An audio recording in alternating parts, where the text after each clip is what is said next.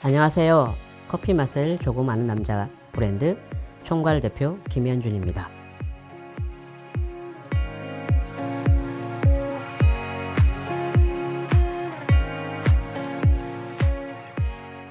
저희 커피 맛을 조금 아는 남자는 대구에 기반을 하고 있으며 16년 동안 운영하고 있습니다.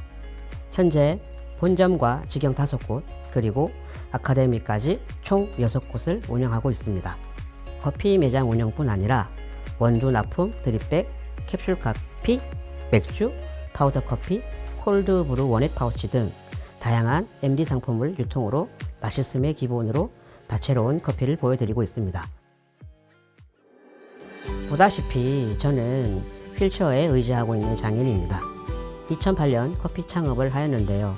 동성로에서 시작을 하고 싶었지만 자금적인 여유가 없어 남구 봉독동이라는 곳에서 오픈하였습니다. 매장 크기는 27평이었죠. 그리고 그때는 서비스업을 제대로 알지 못했고 편견으로 인해 너무 힘들었습니다. 솔직히 매출은 좋았습니다. 매출보다 저를 힘들게 한 건 소비자들의 편견이었죠. 커피를 하기 전에 직장 생활을 하고 학창시절 때도 비장애인과 함께 했기 때문에 시선에 대한 편견은 이겨냈다고 생각했지만 30살 때 커피 창업을 시작하면서 똑같은 문제가 생겼어요. 수많은 사건과 이슈가 있었지만 지금 가장 기억에 남는 것은 소비자들의 위생에 대한 편견이었습니다. 휠체어를 밀려고 하면 이렇게 손을 써야 되는데 소비자 입장에서는 손으로 바퀴를 만지고 커피를 추출하는 것이 불편해 보였죠. 실제로 바퀴 만진 손으로 어떻게 음식을 만들 수 있느냐 라고 강한 어투로 질문을 받았고 사실 아무 말도 하지 못했습니다. 그때 1, 2일 동안 커피를 하지 말까? 라고 종일 생각했는데 갑자기 문득 생각이 났습니다. 어떠한 직업을 가져도 반복적인 문제와 이슈는 생길 거다. 8살 때부터 지금까지 항상 고민이 생겼지만 수용과 판단으로 모든 걸 극복하는 내 자신을 돌아보면서 답을 얻었는데요. 그래서 그런지 그때 수용을 하고 손님 앞에서 일부러 손을 많이 씻고 하는 모습을 보여줬어요. 그리고 지금 여기 이 자리까지 나의 자리가 생겼습니다. 커피는 저에게 인연처럼 다가왔습니다. 커피를 하면서 저희 내면을 다시 알게 되었고 2008년 첫 아르바이트로 들어온 분이 나의 아내가 되었습니다. 16년을 커피를 하면서 수많은 사건 중에 브랜드 존폐까지 다가온 일이 있었는데요.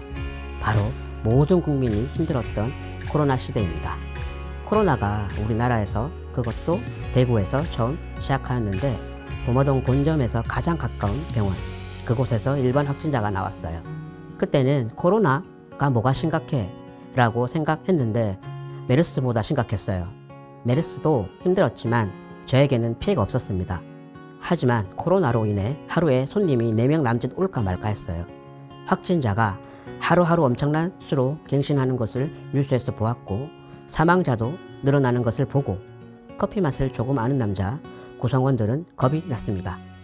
특히 저는 장애를 가지고 이렇게 폐도 좀 약했거든요. 그래서 임원들과 직원들이 저에게 외출 금지를 내렸어요. 1달 반 동안 집에만 있었죠.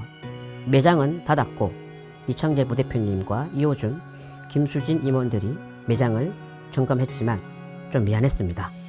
제가 매장을 나간다고 해도 총괄 대표님이 나오시면 저희는 퇴사한다는 엄포를 놨는데 지금 생각해보면 너무 고마웠습니다.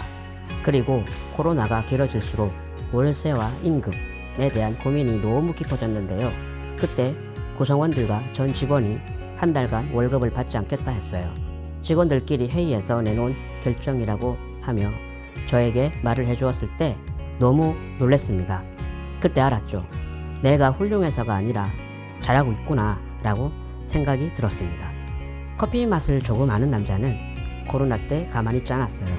솔직히 가만히 있으면 부정적인 생각으로 힘들었거든요. 그래서 그때 그 당시 대구에 코로나 거점병원 4곳과 다문화 가정 그리고 대구 의사회에 매일 기부를 하였습니다. 거점병원 4곳은 매일매일 랜덤식으로 케이크 커피를 50개씩 보냈고 다문화 가정과 대구 의사회에는 커피와 드립백 마스크로 후원하였습니다. 지금 생각해보면 2달 동안 보낸 금액이 4천만 원이 넘었습니다. 브랜드를 위해 마케팅을 위해서 후원한 것이 아닙니다. 대구에서 커피로 16년 동안 사랑받았고 대구를 사랑하는 마음이 컸던 것 같습니다. 그때 나의 자신에게 또 배웠습니다. 나는 힘들수록 수용하고 옆과 밑을 보면서 남을 돕고 싶구나. 솔직히 저는 제가 이런 사람인 줄 몰랐습니다. 현재 제가 45인데요. 40이 넘어가면서 나를 돌아보는 시간이 매우 많아졌습니다. 여하튼 코로나는 누구에게나 뼈아픈 추억을 만들어 주었고 지금까지 잘 흘러가면서 보냈습니다. 우리 커피 맛을 조금 아는 남자는 코로나 이후 매우 급성장하였고 탄탄해졌고 우리만의 스타일로 열심히 커피를 하고 있었는데요. 또 한 번의 위기가 왔습니다. 이번의 위기는 저의 건강에 대한 것인데요. 2022년 1월 새벽에 갑자기 말이 어눌해지고 이렇게 손발이 힘이 빠졌습니다.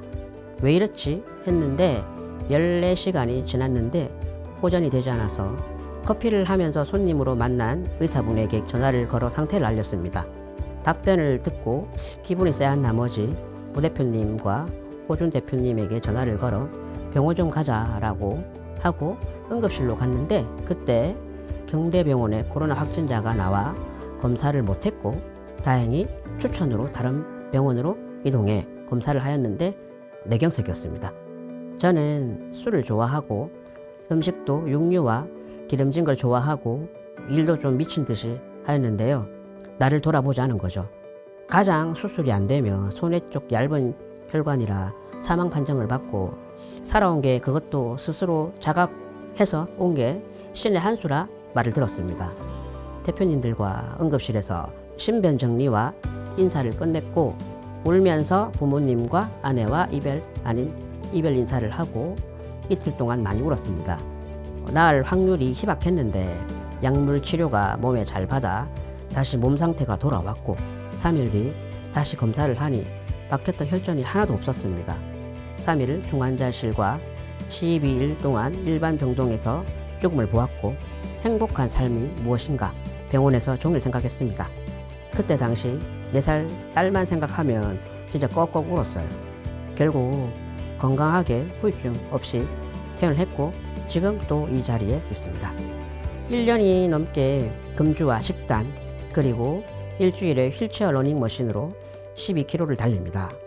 처음에는 1km가 매우 숨차고 힘들었는데 지금 12km를 뛰어야 숨찹니다.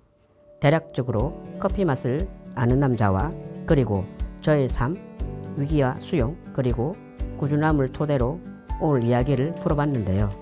누구나 삶에는 위기와 위기를 피해가는 답을 원합니다. 저도 별반 다르지 않았지만 결국 답보단 제 자신을 받아들이고 피하지 않고 수용하면서 또 다른 길을 찾거나 아니면 그 길을 지켜가겠습니다. 저에게 커피를 만난 것이 인연이지만 마지막까지 운명처럼 하고 싶은 것이 커피입니다. 저에게 인연과 우연으로 맺어진 하나의 삶의 장치입니다. 언제까지 제가 커피를 할 수 있을지 모르지만 모든 대구 사람 기억 한켠에 우리의 커피 맛있었구나 하는 깊은 각인을 해주고 싶은 마음입니다. 부족한 나의 삶의 이야기를 들어주셔서 감사합니다.